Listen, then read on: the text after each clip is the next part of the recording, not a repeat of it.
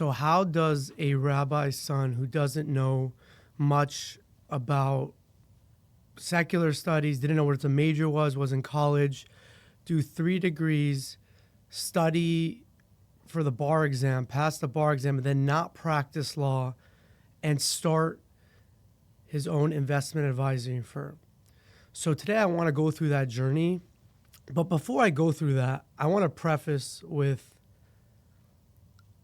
all this talk. I want to enable people as far as finding what's congruent with them, because I think one of the most important things is a lot of noise nowadays with the internet, technology.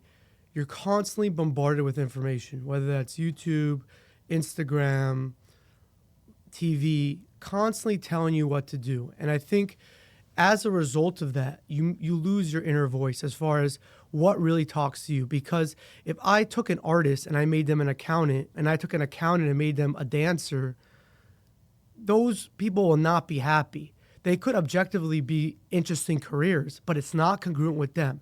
And every single person has a unique talent, unique life journey, unique characteristics. And I think to maximize yourself and maximize your potential, it requires introspection. It requires you to dig deep and see, what is my unique journey? What am I uniquely talented? What talks to me? What light do I need to bring to the world?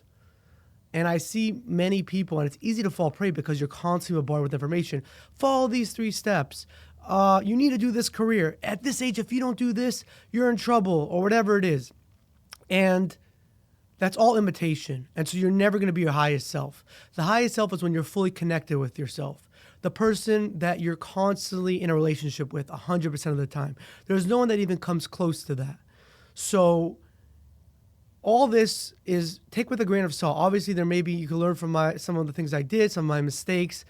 But I think at the end of the day, it's about introspection and seeing, what am I uniquely crafted to do? And then everything else, you'll be a lot happier.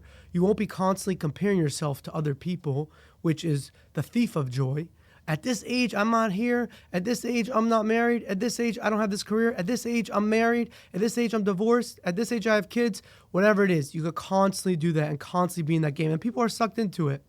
So if there's one thing you could take away, it would be that, is how do I get connected to my innermost self?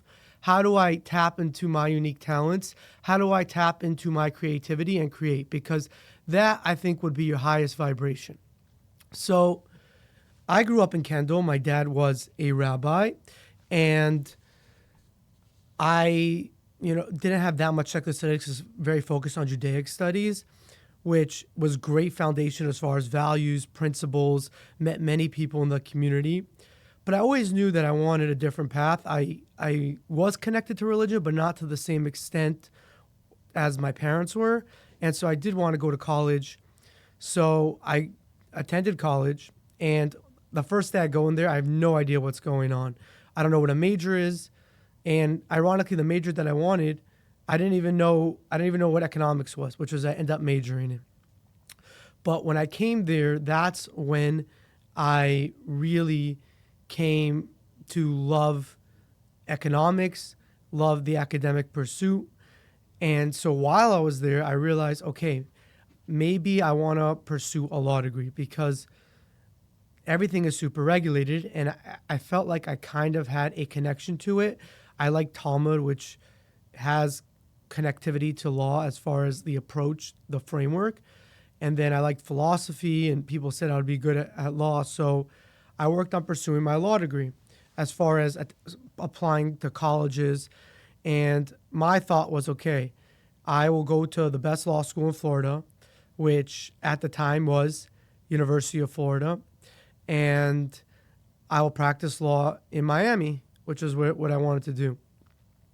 So I start my first year in law school. And then after my first year, it kind of hit me that I don't think the legal practice is for me.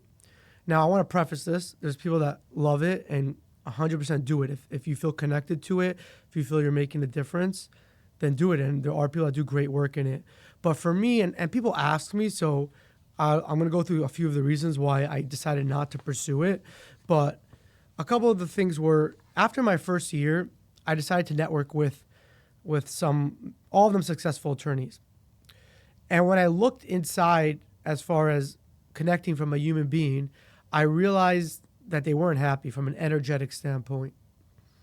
And I asked them because I'm like, okay, let's get to the crux of the issue, right? Like we're all doing stuff, but there's something deeper always going on, right? Like, are you connected to what you're doing? Are you?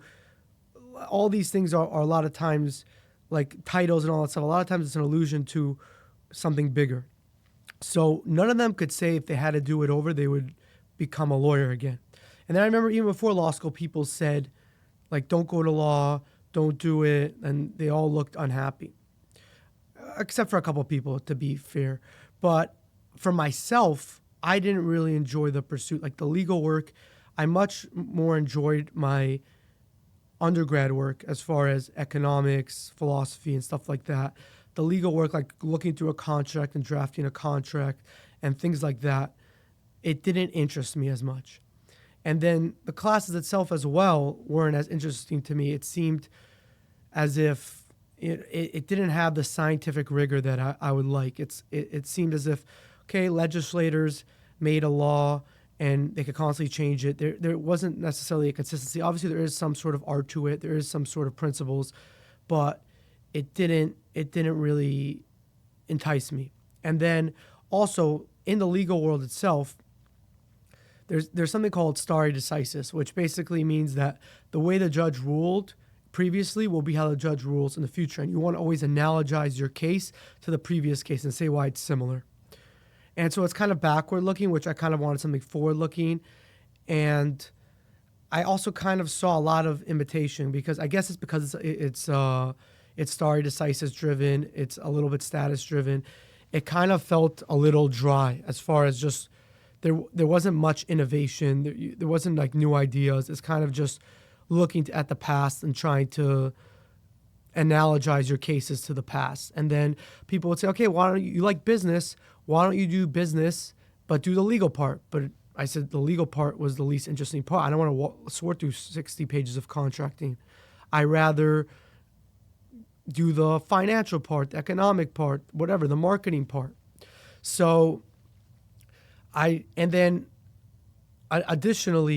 I loved economics and the markets, finance seemed interesting to me. So I told myself, why don't I pursue a master's in finance simultaneously? Now, I still pursued my legal degree because I thought it was interesting as far as it was a great skill set. So the ability to articulate yourself, the ability to public speak, the ability to think chronologically, the ability to write, the ability to understand legal issues that always come up in business, also being able to take business classes that are relevant to business, whether it's tax law, corporation, stuff like that. So it has a lot of value added. It's one of, I think, the most value added degrees if you're not practicing. However, people ask me, should I go if I'm not going to practice? I would tell them no, because it's not a straight path. Like you want to go on the straight path. Obviously, after the fact, it's great to have. It's good for marketing. It's good for the skill set, etc. But if you know 100% I want to be a marketer or I want to be a public speaker, if you spend 3 years directly chasing that goal, I think you'd be better off. It's a straight linear path. But there's a lot of lawyers that don't practice and they develop a great skill set. So I also studied finance, master's of finance, loved that, and loved my classes. And that's also where I got into investing and understanding the importance of that, because at the end of the day, obviously you can make money, but it's about compounding and growing that really helps you build wealth. And so understanding that, and also just understanding different markets. And I think with finance, the nice thing is you're always studying the future. You're always, let's say you're evaluating a company, it's the projection of future cash flows. So I think that sort of rigor always enticed me. And so after school, I decided I'm going to go to finance. I worked for several large corporations, Nestle, Norwegian Cruise Line, Pediatrics Medical Group, and I developed great skill set there.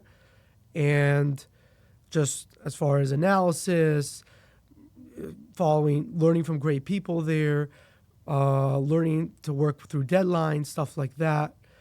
but I always knew that I wanted to do my own thing. And it always kind of itched at me. Regardless of what was happening, it kind of always, I guess it always comes down to deep down, you kind of know what you want. I know Steve Jobs talks about it in his famous commencement speech, as far as like deep down, you know, and if you're not congruent with yourself, you're not going to be happy. It doesn't matter the external things that you have. If deep down you're not deeply connected to what you're doing, you're going to be unhappy. So I always kind of went back and forth with it, but also I didn't really know what I wanted to do.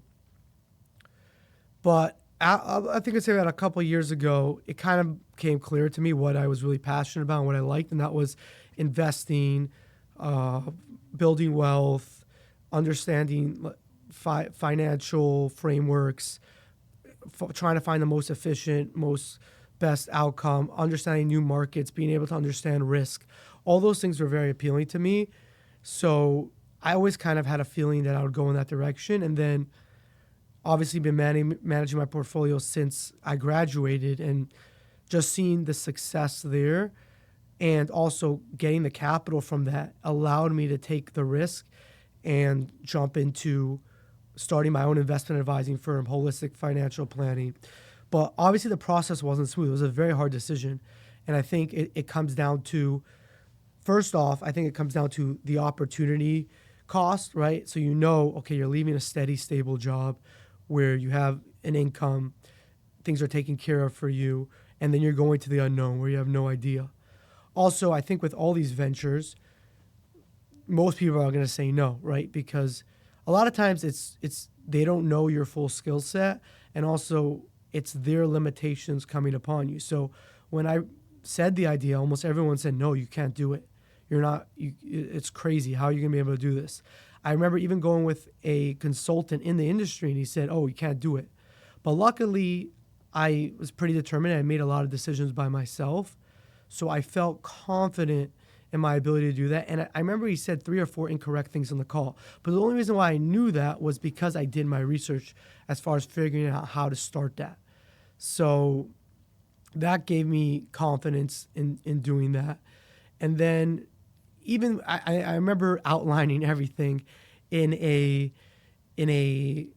one day and just saying like what the pros, whether or not I should do it, and the cons, whether or not I should not quit my job and do my thing. And I remember like everything was listed that I should do it. And there was like 1 or 2 things where I could state, oh, do not do it. And so that was the clarity that told me, okay, I should do it. And a couple of the things are, if you're on your deathbed, what do you wish you have done? Easy answer, right? You obviously always want to wish that you did something that you really strive for. That's something that you really wanted to do. If you fail, okay, you could go back to corporate, figure that out.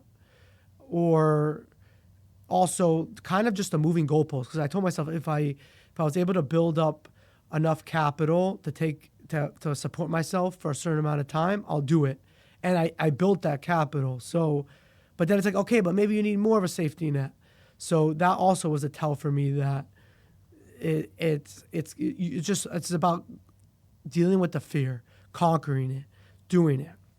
And I think once I left, it was such a peace inside of me because I was doing something that was completely congruent with me. And so I think a lot of times people are going to tell you things to do this, to do that, but I think it's highly dependent on what really talks to you. What really lights you up inside. And if you go down that path, even if you fail, you're at peace because you went for what you want. And so you're never going to have a what if scenario. I remember having a couple conversations with people, and I was telling them like they're all like in careers that ideally successful, they're making good money, but deep down they're dissatisfied because they're kind of curious, what would happen if I went on my own and did my own thing? On the other hand, there are people that are in corporations that love it. My boss's boss in my previous job loved his job. So I think as long as you're doing something that you're connected to, that you feel like I'm making a difference, is what's super important. And so I wanted to just go through some of the lessons I learned over my years and they might be different than what you hear, but I think they're of pivotal importance. So I think the first one, which I kind of was hinting on, was understanding your internal voice and understanding what you're uniquely talented in, understanding the life that's good for you is of paramount importance. So I think a lot of times you're like, it could be anybody. It could be someone super successful or someone super charismatic or whatever it is. But you just blindly following them, you're not going to maximize your potential. Why? Because you're listening to them. They solved problems that are different than yours. It was a different set of circumstances. They have a different life journey. They have a different characteristics. So you just blindly following them is not a recipe for success as far as you being at your highest vibration, right? Yes, someone could be materially successful, but if they're miserable and they feel dissatisfied and they hate looking themselves in the mirror and they constantly need external validation because they don't believe it and they didn't explore a path that they know they should explore, it doesn't matter. So I think that's of paramount importance. Don't let your inner voice get drowned out. And I think sometimes when they're younger, people have that, they dream, but then as they get older, they play it safe. I think the quote is, most people die at age 25 and are only buried at 75. And I think the logic behind that is that people have ambitions, dreams, things that they want to explore. And then the reality is there's a lot of curveballs thrown at you. There are things that you can't control. It's harder than you think. You realize that you want a different path. And then you become very safe.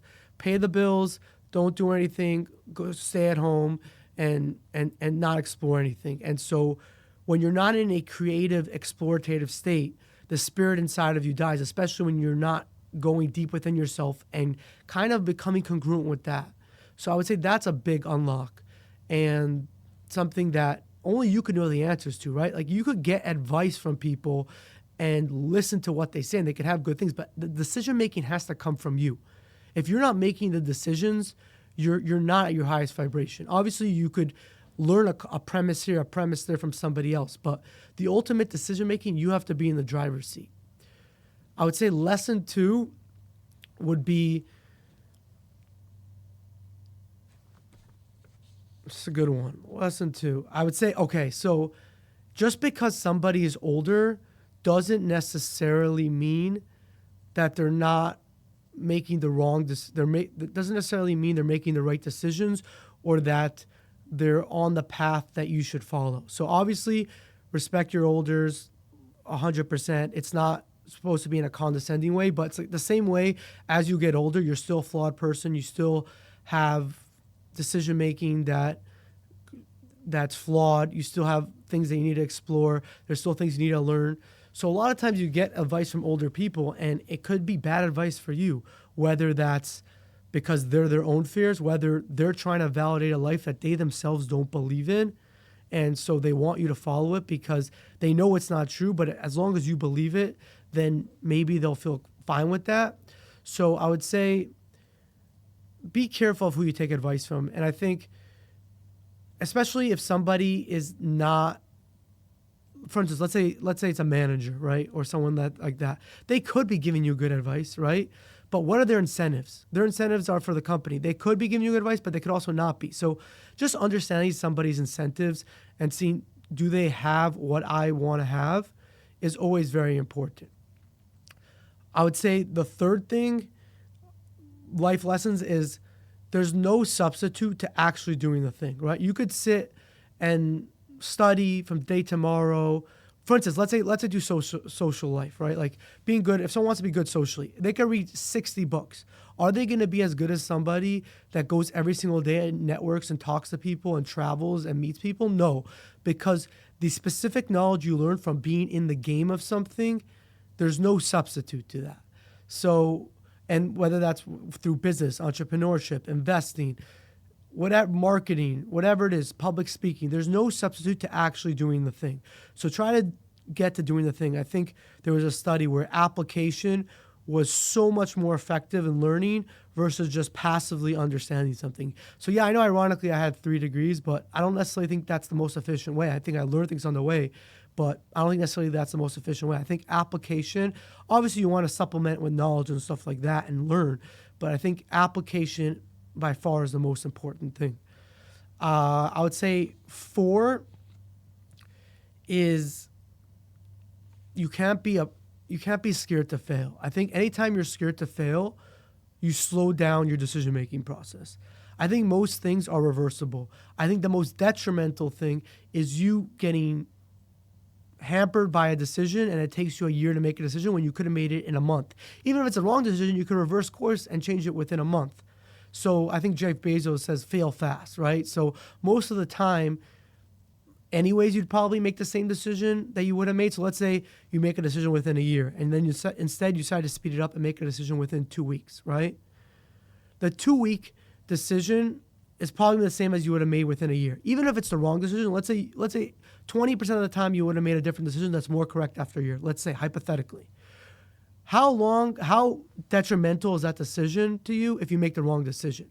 A lot of times it's not that detrimental. You ordered the wrong coffee, you ordered the wrong food, you took the wrong flight. I mean, these things are not that big, where the biggest waste of time is your time. That's the biggest thing. So fail fast. Don't get pigeonholed by decision making. Obviously, if something has a lot of leverage, like if this is your career path or who you're going to date or something like that, then obviously take your time. But also you have to have a time limit and just, end of the day, you're going to have to jump into uncertainty. There's always uncertainty and you have to be comfortable with that. You have to let go and appreciate that uncertainty. And that goes into my next point, and that is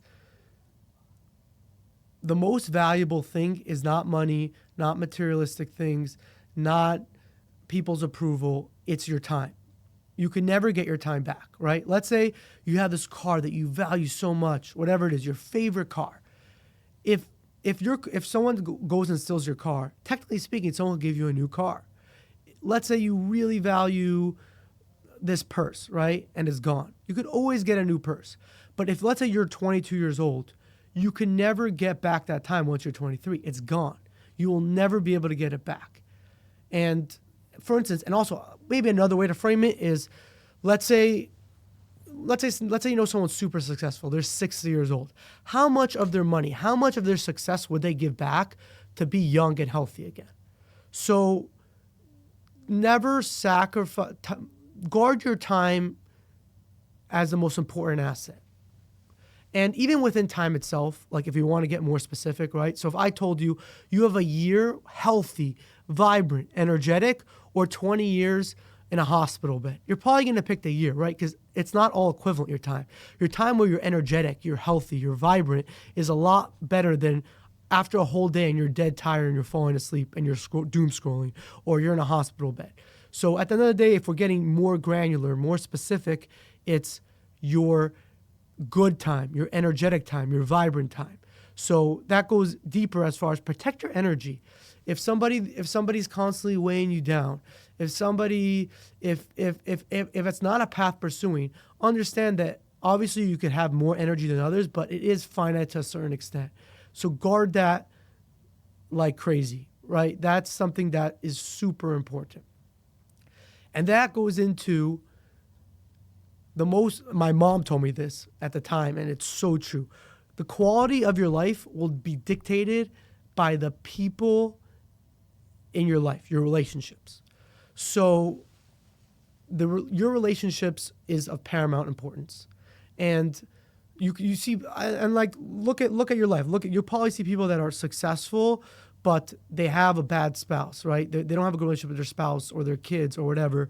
And the quality of their life isn't as good because the people you're with, it seeps into you, right? You're constantly around that energy. So if you're constantly in a confrontation, you're constantly getting put down or you're putting down somebody or you're not connected to them and you're constantly with it, your quality of your life is not going to be strong. I think they say being alone is worse than smoking 20 cigarettes. I don't know the exact quote, but something like that. Loneliness is terrible. So your relationships is of paramount importance. So learning social skills, learning how to be likable, learning to read people and see, okay, this person is a good person to be around. They have good energy. They're uplifting. This person, not so much.